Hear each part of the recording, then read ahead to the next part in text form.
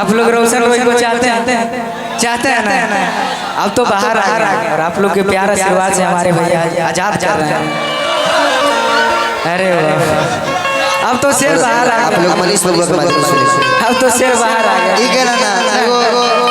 एगो भैया के गाने के बहुत ज्यादा हम चाहते हैं। कौन कि तोरा जैसे फरियाना हो फरियाइले कि जवन बाप के बोलाना हो बोलाइले कि तोरा जैसे फरियाना हो फरियाइले तोरा जैसे बोलाना हो बोलाइले से फरियाना हो फरियाइले जवन बाप के बोलाना हो बोलाइले कि हम डर कर के बिहारे रहबो रंगदार हियो कि हम डर कर के बिहारे रहबो रंगदार हियो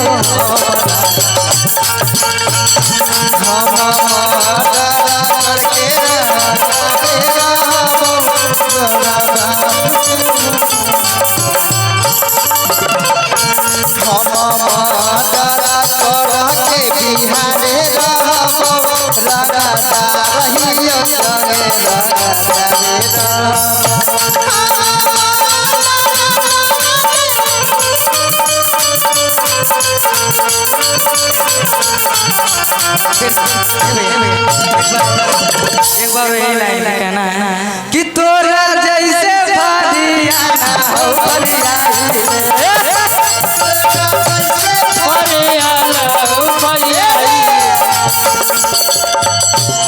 आप लोग रोशन रोज को चाहते हैं ना। अब तो बाहर आ गए और आप लोग के प्यार आशीर्वाद से हमारे भैया आजाद कर रहे हैं। नहीं तो आइए कहना भैया बोले आप लोग के लिए कहने के लिए हम कह रहे हैं कि तोरा जैसे फरियाना हो फरियाइले तोरा जैसे फरियाना हो फरियाइले जवन बाप के बोलाना हो बोलाइले जवन बाप के बोलाना हो बोलाइले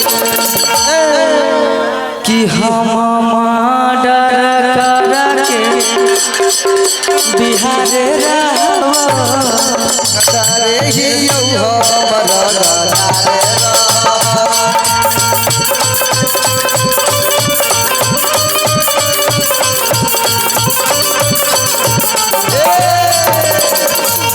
हम